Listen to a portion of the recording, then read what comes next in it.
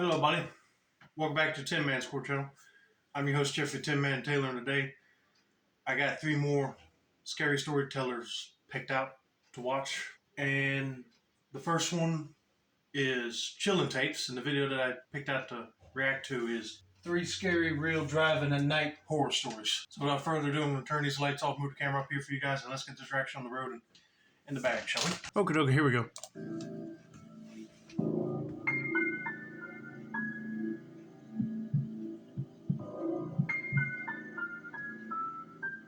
A few years ago, my sister decided to have a surprise 30th birthday for her husband. Okay.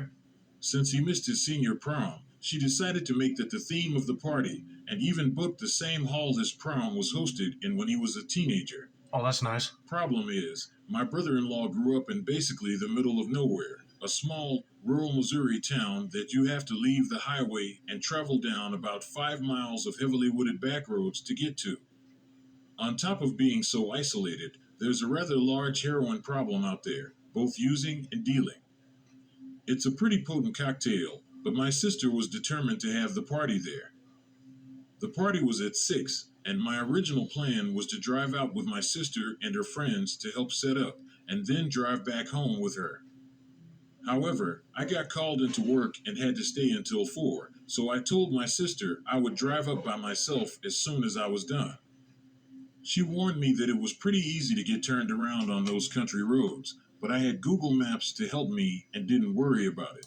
You should worry about it because sometimes Google Maps may be a little outdated or wrong, and you might end up going way further out in the boonies than you expected. But I think I heard this story before off of one of the other guys I reacted to. But that is just a shame that this person had to be called into work at 4, and then they were going to drive the rest of the way to the place to help set up the party. I know that person's going to be tired after doing all that. But anyway, let's continue on with the story and see what happens next. The drive up was fine. It was late September, my favorite time of year, and the scenery was surprisingly pretty. I found the place, no problem, and helped with some last-minute setup before my brother-in-law showed up. The party was a lot of fun and lasted until about 11, when the hall closed. I was one of the last people to leave, having stayed behind to help my sister and her friend stack chairs. We ended up not actually heading out until almost midnight, and by that point, I was exhausted. My sister once again warned me about being careful on the back roads, but I'd gotten up there okay, so I wasn't too concerned about the drive home. I hugged her goodbye, hopped into my car, and started working my way back to the highway. Unfortunately, in my sleepy state, I misjudged which road I was supposed to turn off as I reached the exit for the highway, and ended up turning down an entirely different road that ran parallel to it instead. Well, first of all, I'm glad that you made it up to the hall all right, and your sister and brother-in-law had a good time at this party. But that would be a nightmare that you got on the wrong road somehow. You need to pull up your Google Maps or GPS, and you might need to turn around. It was another heavily wooded and narrow back road. I started looking for somewhere I could pull in to turn around. After driving maybe 200 yards, I spotted a gravel embankment and decided to pull in there so I could get turned around. I pulled in and made a sharp U-turn so I could head back up the road, and as I lifted my head to check no one was coming, I saw it in my driver's side mirror, a figure in a dark blue t-shirt and jeans, with long black hair and a pale face illuminated in my brake lights. My heart jumped into my throat as I gasped in fright. But after a second of pure panic, I realized that the pale face was actually a mask, one of those cheap plastic white ones you get at costume stores. Oh, I would definitely get freaked out by seeing that as well until I get further away and realize, oh, it's not a person. Someone put that up to scare people, which I don't know why, but that's really disturbing to find. I immediately felt like an idiot. It was almost October, so obviously this was a Halloween decoration. Of course. This embankment probably lead to someone's driveway, and the family who lived there probably had tons of things just like it in their yard. I took a moment to unclench my hands from the steering wheel and let my heart rate get back to normal, and ended up catching a glimpse of the thing in my mirror again. And I noticed that the embankment didn't lead to a driveway. There was nothing else behind me but tall grass and trees. I briefly wondered why anyone would put a Halloween decoration out in the middle of nowhere. And then the decoration took a step forward. I slammed on the gas and shot forward, eventually getting back to the main road and onto the highway. I don't think I stopped shaking until I reached my town's city limits half an hour later.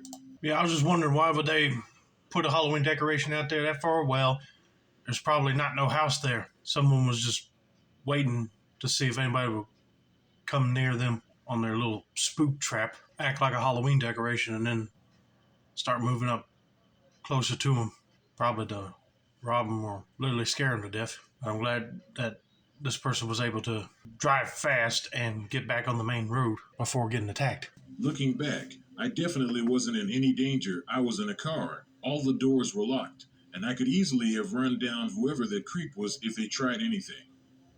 If they'd gotten even one step closer when panic mode set in, that's probably what I would have done.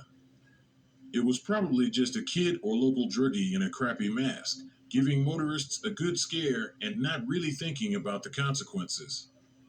But still, it was definitely one of the creepiest moments of my life, and I'm still nervous driving down secluded country roads at night these days. Well, I'm just glad you made it out of there all right. But that is scary to bear witness. You'd think it's a Halloween decoration, but all of a sudden someone wearing a crappy mask moving up close to you. But you're right. You're in a locked car, so you could have bulldozed them over if you wanted to. But it's just better to move out of there quick and get back on the road so you can get back home safely. But that is very creepy. So let's get to story number 2. I was working from 4 p.m. to 12 a.m. for a couple of years, and during that time I would always be paranoid coming home. I bet. A single female driving in the dark every night isn't the greatest situation to be in. It ain't, because then you'll be like driving on the road and you're worn out tire and probably hallucinate someone or something near the road, or an animal might run across your car. You don't brake in time. You always got to be on high alert just so you can make it home safely. Well, let's just see what happens. I had a good job, and it was worth the pay. That's good to hear. I had my share of scares, though. Stopping at a light with my window open, and this dude started running toward me. And times where I exited the freeway only to feel like I'm being followed by the same car that stayed behind me the whole time. People driving right beside you, staying at your same speed, and other creepy situations. Yeah, that would be a nightmare for sure. You think you are fine when you stop at a stoplight and just roll down your window just to get some air, and all of a sudden someone starts running towards you, or you have a car that pulls up right next to you, and then when you take off, they start following you at the same speed. I mean, that's signs that they want to follow you. They'll probably either rob or kidnap you, or find out where you live. You always got to be careful in those situations. Etc. I was always super diligent because some of my coworkers had things happen to them as well. Oh, really? Especially the super creepy incident with one of them almost getting kidnapped. I work in the criminal justice field, and at the time I was right across the street from the jail. So there were always shady characters that you had to watch for. The last hour of work was the hardest to get through because your body craves sleep in the dark, so by around 11 p.m. it was a matter of pushing myself to be enough awake to be alert on the drive home, which was around 30 minutes give or take. At the time I was living with my parents. They lived on a corner lot with a big backyard, and the backyard having an alley behind it, and then the city limit literally changing after that, so the neighborhood behind their house faced an opposite direction. The sidewalk after my parents' house was lined with backyard fences rather than open streets. The neighborhood had sidewalks on either side of it, and it being not a super bad area, there were always people walking them. There was a corner store and bus stop a ways away to the main street out of the neighborhood where people seemed to always be walking to and back from. Furthermore, there was a school with a playground one way and a park with basketball and tennis courts that people walked to as well. Okay. And even late at night, I would see people walking pretty much on the regular. So to see someone out late into the night walking alone wasn't all that shocking. I mean, you're right. It ain't that shocking, but it'd be kind of weird if it was just one person and you wonder where they're going. To the playground, or are they snooping around for something? Occasionally, I would see this man walking by himself in the direction of my parents' house as I passed. He was usually a ways away, so I never really saw him close up. And he always wore a cap and had longish hair that poked from underneath. Not really intimidating. I was inside before he reached my house. I think I saw him walking the opposite way sometimes during the day, but I'm not too sure.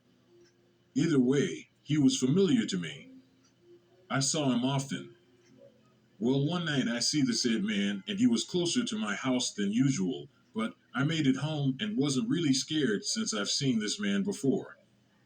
I was in a big F 150 truck.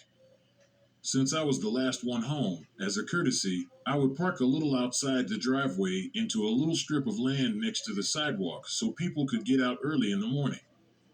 I parked pretty close to the walk that day. I don't know what I was thinking or if I was thinking that the guy was approaching, but I wasn't scared of him. So I opened my door and had my leg out reaching to the passenger's side grabbing my stuff. Mind you, my house/driveway is on my driver's side and the street/walk being on my passenger side. I happen to glance up, and when I do, the man is walking toward my passenger door almost at a run. He was coming toward me. It was so unexpected that I almost felt like everything was moving in slow motion. I can't really explain in words the terror I felt. So instead of closing my door and locking it, I turned and stepped out of my truck. Why? I have no idea. Stupidity? Tiredness? I just thought that I was going to have to start screaming really loud. Hopefully someone would hear me. I took a huge breath and turned to face the sidewalk, figuring some shit was about to go down, but as I do, I see him back on the sidewalk walking the way he always did, past my parents' house on to the next neighborhood. I ran to the door fumbling with the keys that would not go in, and finally I entered the house. I collapsed in my bed and hid there barely able to sleep. Might not sound like much, but it was one of my most terrifying moments. I'll say it sounds terrifying because you see this one guy walking down the street next to your parents' house every time. And then when you're about to get in your house by yourself, he's right there in that same area, but then he turns around once he sees you looking at him. That tells you right there he's up to no good. I'm glad you're able to run inside the house. Don't really know what could have happened. There was no one outside but him and I. I don't know if he was going to say something or maybe ask me a question. I am not sure if the door handle clicked as if he was trying to open my door. Maybe he wanted a closer look at the girl in the truck. I'll never know. The weirdest thing is after that, I stopped seeing him. That's good because you don't have to worry about that dude anymore. And you may be right, he might have wanted to ask you a question or find a certain address, but he wouldn't be like walking around creepily doing that. He would have just said, "Excuse me, ma'am," and fired off his question. So no, this guy was up to something else entirely different. I'm just sorry that this woman had to go through that. He's probably moved on, hopefully. But that's definitely scary to go through when you're by yourself.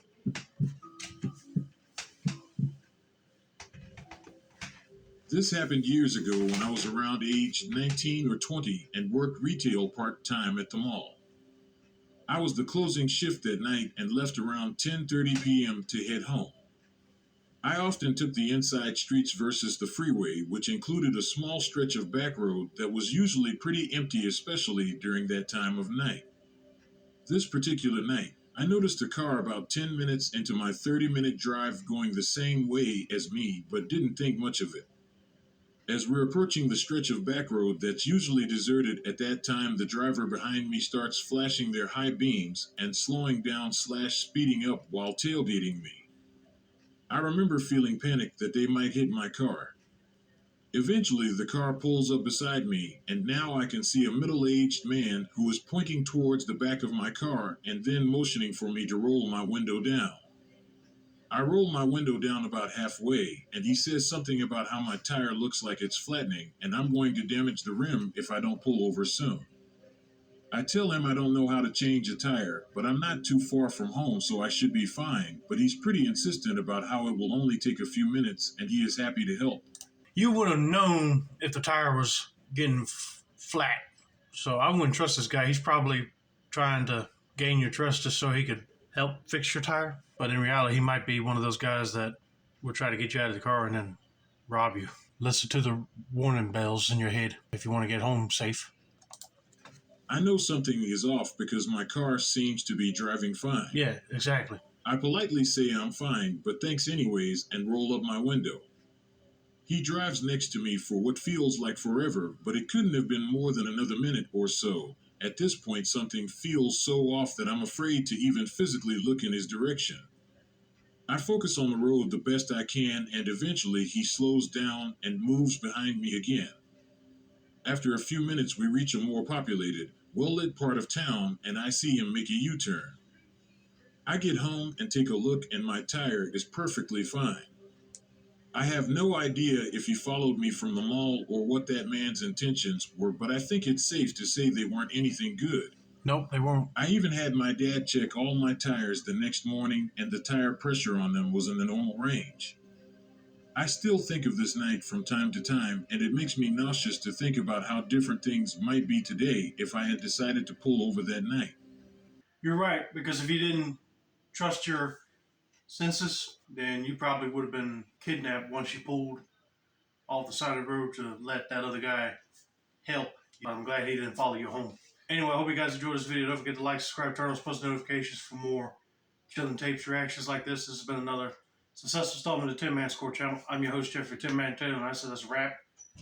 And have a nice day, everybody.